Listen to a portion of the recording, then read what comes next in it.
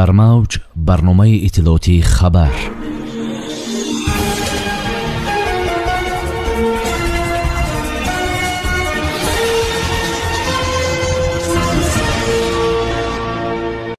اقتصاددان خطری اساسی دلار را گفت. جزای ساکن خطلان برای تهیه 3 غذا در طول. تاجیکستان زیر حمایت سازمان ملل متحد مهریدن و گوترش درباره چه صحبت کردند. سازمان عهدنامه امنیتی دست جمع نقشه عمل هنگام حمله تروریستی افغان به تاجیکستان را اعلام کرد. رایترز گریزهای افغان به طور عمومی از ایالات متحده آمریکا فرار میکنند. با شرح بیشتری این و دیگر خبر و رویدادها با شما هستم مرتبه رحمان و سلام.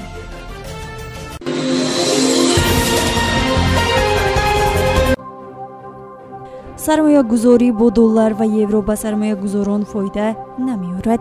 در این باره اولیگ شیبانوف دیرکتور مرکزی مالیوی سکولکووریش در صحبت با رادیوی سپوتنیک گفت اثر خارجی برای یک سرمایه گذاری عادی جالب نیست. شیبانوف به امانت گذاران مصلحت داد که با کاری مشغول نشوند که پرداخت فایز نمی‌دهد. سرمایه گذار قید کرد که در حال حاضر سرمایه گذاری بیشتر درآمدناک با پول روسی خواهد بود. با گفته شیبانوف بانک‌ها نسبت به پس‌اندازها با اثر خارجی برای پس‌اندازهای روبل فایزهای زیادتر پرداخت می‌کنند. روبل در زمینه بالاروی نرخ نفت تقویت یافت. بنابراین افزایش بازار سهمیه‌ها در فدراسیون روسیه آغاز یافت. بسیاری از روس‌ها برای زیاد کردن پس‌اندازهای خود سرمایه گذاری کردن نمی‌خواهند. با این چنین موقتا پست کردن معیار پس‌اندازهای بانکی در دوره پاندمی از کرونا ویروس مساعدت کرد. با سبب بالاروی قرب روبل سرمایه‌گذاران می‌خواهند سرمایه‌گذاری‌های خود را با خریدن اسعار خارجی دیورسیفیکاسیون کنند. با وجود این خریدن دلار و یورو در دو حالت اساسناک است. شرح داد مبلغ گذار. اولا اگر شخص بالاروی یک باری ارزش این پول را پیش بینی کند و ثانیا اگر خراجات او به پول خارجی بستگی داشته باشد.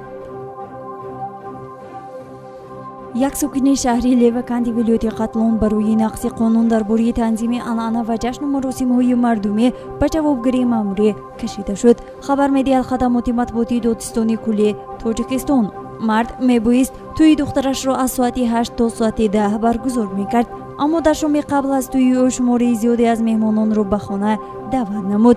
طبق اطلاع دادستانی کل او برای آنها با آماده کردن 3 خوراک جشن باشکوه تشکیل کرد و علاوه بر این ضیافت را روزی دیگر نیز دوام داده است.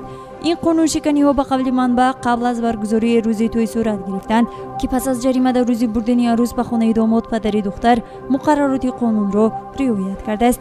گفته می شود که دادستان لیوکند علیه این مرد با ماده 481 کدکس حقوق ویرانکنی مأموری پرونده باز و طبق آن دادگاه او را به پرداخت جریمه موظف نموده است. تاجیکستان مذاکرات را با سازمان ملل متحد برای حفظ مرزهایش و اینچنین دیگر کشورهای آسیای مرکزی از تهدیدهای تروریستی از افغانستان ادامه می‌دهد. وزارت کارهای خارجه جمهوری سراج‌الدین مهریدن با دبیر کلی سازمان آنتونیو گوترش ملاقات انجام داد. یادآور می‌شویم که نمایندگان مقامات تاجیکستان و این سازمان بارها درباره تأمین امنیت منطقه مذاکرات انجام دادند. همین طریق حفظ آسیای مرکزی از تهدیدهای جمهوری همسایه یکی از مسائل اساسی در جلسه اخیر اسامبله ژنرالی سازمان ملل متحد گردید که در آن سراج‌الدین مهریدن شرکت داشت. رهبری وزارت امور خارجه تاجیکستان در این زمینه چند ملاقات مهم برگزار نمود. او با رئیس مجلس عبدالله شاهی، دیرکتور ارشد شورای امنیت ملی ایالات متحده آمریکا اریک گرین و بسیار دیگران وضع افغانستان را بررسی کرد. مهمیت به اعتدال آوردن وضع در جمهوری ضمن یک پیام ویدیویی با اشتراکداران جلسه سازمان ملل متحد از جانب پرزیدنت تاجیکستان محترم امامعلی رحمان نیز اظهار نموده شد. سازمان عهدنامه امنیتی دست جمعی در صورت تهدید به کشورهای همسایه افغانستان نقشه عمل تهیه کرده است. در این باره کاتب مطبوعاتی سازمان ولادیمیر زین‌الدینوف در صحبت با ریا نواستی خبر داده است. برای تهیه چاره‌های مؤثر نمایندگان سازمان عهدنامه امنیتی دست جمعی بازی تجاری گذرانیدند که از 2 مرحله عبارت بود. در نوبت اول اعضای سازمان چاره‌های را در صورت شرطی پیش آمدن وضعیت بحرانی اندیشیدند. дар навбати аввал аъзои созмон чораҳоеро андешиданд ки дар сурати шарти пеш омадани вазъияти буҳронӣ истифода мешавад. ба гуфтаи Зайнетдинов, дар чунин шароит созмони аҳдномаи амнияти дастҷамъӣ бо мақомоти кишваре ки дар хатар қарор доранд гуфтушунид анҷом медиҳад ва сипас чораҳои сиёсӣ ва дипломатӣ меандешанд. пас аз он ба давлат кӯмаки зарурии башардӯстона, моддию техникӣ ва ғайра расонида мешавад. ёдовар мешавем ки созмони аҳдномаи амнияти дастҷамъӣ борҳо омодагии худро барои ҳифзи Осиёи марказӣ аз таҳдидҳои Афғонистон изҳор доштааст. дабири кулли ин созмон Станислав Зас, сарвари давлати Эмомалӣ Раҳмон ва ҳамчунин вазири корҳои хориҷии Русия Сергей Лавров борҳо дар бораи расонидани кӯмак ба Тоҷикистон ва кишварҳои дигар изҳор доштанд. гурезаҳои афғон ба таври оммавӣ аз пойгоҳҳои низомии амрико ки пас аз берун рафтан аз ҷумҳурӣ дар он ҷо ҷойгир карда шуда буданд гурехта истоданд.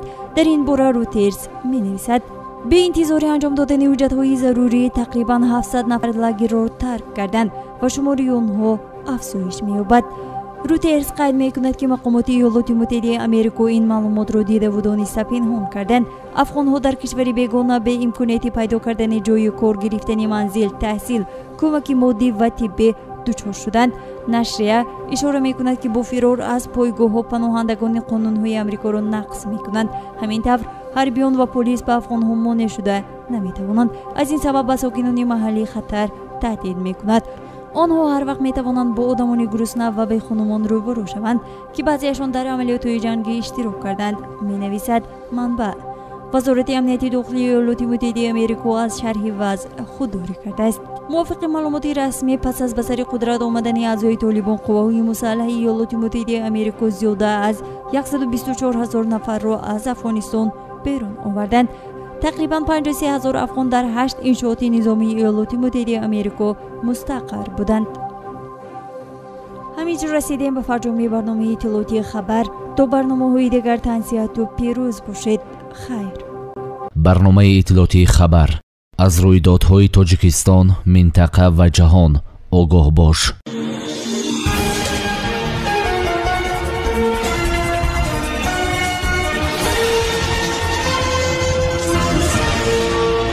дар мавҷ барномаи иттилоотии хабар.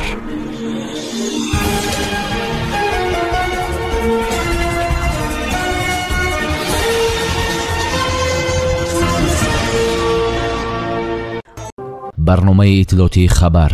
аз рӯйдодҳои Тоҷикистон, минтақа ва ҷаҳон огоҳ бош.